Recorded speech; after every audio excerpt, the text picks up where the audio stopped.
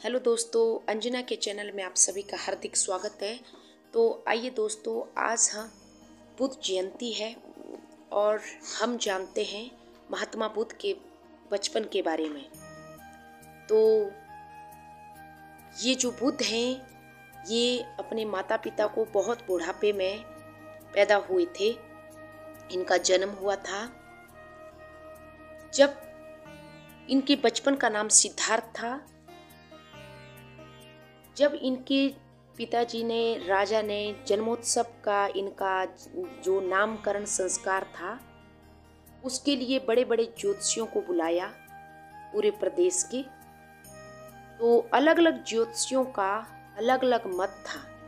तो राजा ने बड़े खुश होकर कहा कि मेरे बेटे का भविष्य बताइए कि आगे चलकर क्या करेगा। किसी ने कहा बहुत बड़ा राजा बनेगा, किसी ने कहा बहुत अच्छे से राज्य को चलाएगा, किसी ने कहा कि ये सन्यासी बन जाएगा। एक 12 वर्ष का उदन्य नाम का एक ज्योतिषी था, छोटा बालक। उसने सभा में उंगली खड़ी करके कहा कि राजन, मैं दावे के साथ कह सकता हूँ कि आपका बेटा बड़ा होकर एक बहुत बड़ा सन्यासी बनेगा और लोग इसको पूजेंगे। तो राजा को बहुत दुख हुआ, क्योंकि प्रत्येक व्यक्ति, कोई नहीं चाहता कि मेरा बेटा सन्यासी बने। कोई और बने तो बने, लेकिन अपने घर में कोई सन्यासी नहीं चाहता। तो राजा ने कहा कि भाई, इसका अब आप सब लोग इसका कोई उपाय बताइए कि ये सन्यास जाने से रुक जाए। तो सारे जो ज्योतिषी थे, उन्होंने कहा कि राजन, इसको भ्रम के माया जाल में रखा जाए जिंदगी भर। तो राजा ने कहा कि भ्रम का माया जाल कैसा? तो सबने कहा कि इसके इर्द गिर्द जवान लड़कियों को रखा जाए, इसकी जल्दी शादी कर दी जाए और इसको दुख का एहसास ना हो, इसके मन में कभी पीड़ा ना हो, इसको सर्दी गर्मी का पता ना चले, इसके बगीचे में कभी पीले पत्ते ना पड़े, नहीं तो वो भी उसको आकर्षित करेंगे सन्यास जाने के लिए। इसके इर्द गिर्द कोई बूढ़ा व्यक्ति ना आए, इसके इर्द गिर्द कभी ये किसी मृत्यु शैया को ना देखे, इसके इर्द गिर्द कभी कोई ये सन्यासी व्यक्ति को ना देखे, और हमेशा खुश मिजाज और तंदुरुस्त हृष्ट पुष्ट युवक इसके इर्द गिर्द रखे जाएं और इसको जिंदगी भर ऐसे ही झूठे माया जाल में रखा जाए। तो राजा ने वैसा ही किया। कहते हैं दोस्तों कि राजा ने, इतिहास में पढ़ा जाता है कि राजा ने इस सिद्धार्थ के लिए सर्दी गर्मी के लिए अलग अलग महल बनाए। इसके बगीचे को हमेशा हरा भरा रखा। जो बगीचे में पीले पत्ते या वो आ जाते थे, वहां से सिद्धार्थ को हटाया जाता था।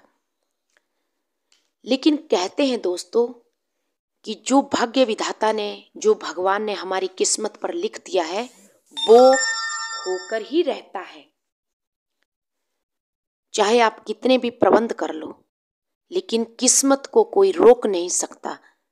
तो सिद्धार्थ के साथ भी वैसा ही हुआ। आखिर एक दिन वो आ ही गया।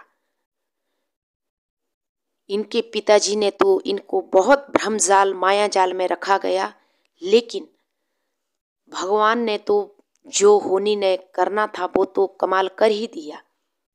एक दिन सिद्धार्थ को नगर के एक युवक महोत्सव में जाना था और युवक महोत्सव का उद्घाटन सबसे पहले युवराज ही करता था।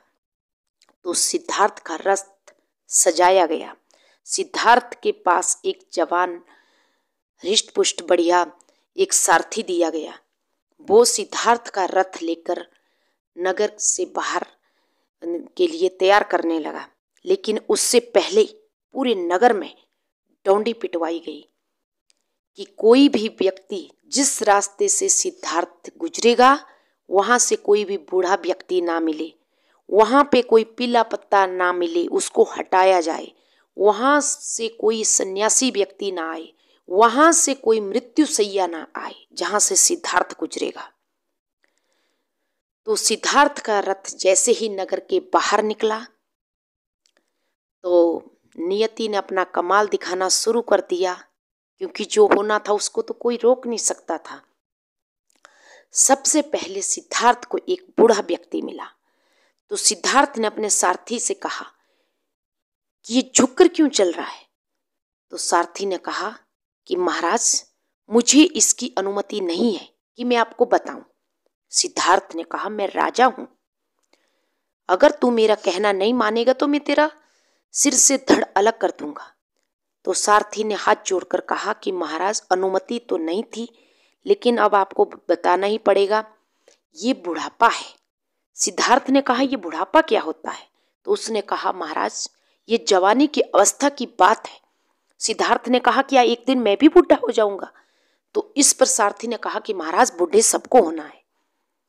थोड़ा सा रथ और आगे गया तो वहां पे उसने मृत्युशैया देखी सिद्धार्थ ने। तो सिद्धार्थ ने कहा, रथ रोको महाराज, ये मृत्युशैया क्या बांध कर ले जा रहे हैं। तो सिद्धार्थ ने कहा कि एक दिन मेरी भी मृत्यु हो जाएगी। तो सारथी ने कहा, हाँ महाराज, मृत्यु अटल सत्य है, मृत्यु सबकी होनी है, मेरी भी होगी, आपकी भी होगी। तो सिद्धार्थ ने कहा कि इसको इसीलिए ले जा रहे हैं। बोले, हाँ महाराज, इसको जलाने के लिए ले जा रहे हैं, इसका शरीर खत्म हो चुका है। अब थोड़ा सा और आगे गए तो वहां पर सिद्धार्थ ने एक गेरुआ वस्त्रधारी एक सन्यासी देखा। सन्यासी को देखने के लिए ही तो जिंदगी भर राजा ने उसको रोका था, लेकिन आज वो सन्यासी भी मिल गया। तो सिद्धार्थ ने कहा, ये क्या है, ये हाथ में क्या लिया हुआ है। तो उसने कहा, महाराज, ये सन्यासी है, ये हाथ में करमंडल लिया हुआ है, इसने इस संसार को छोड़ दिया है और ये भगवान की शरण में पहुंच गए सत्य की खोज करने। इसको दुख तकलीफ किसी चीज से कोई मतलब नहीं है, इस संसार से कोई मतलब नहीं है, और ये ज्ञान की खोज में चला गया है, इसने गृह त्याग कर दिया है।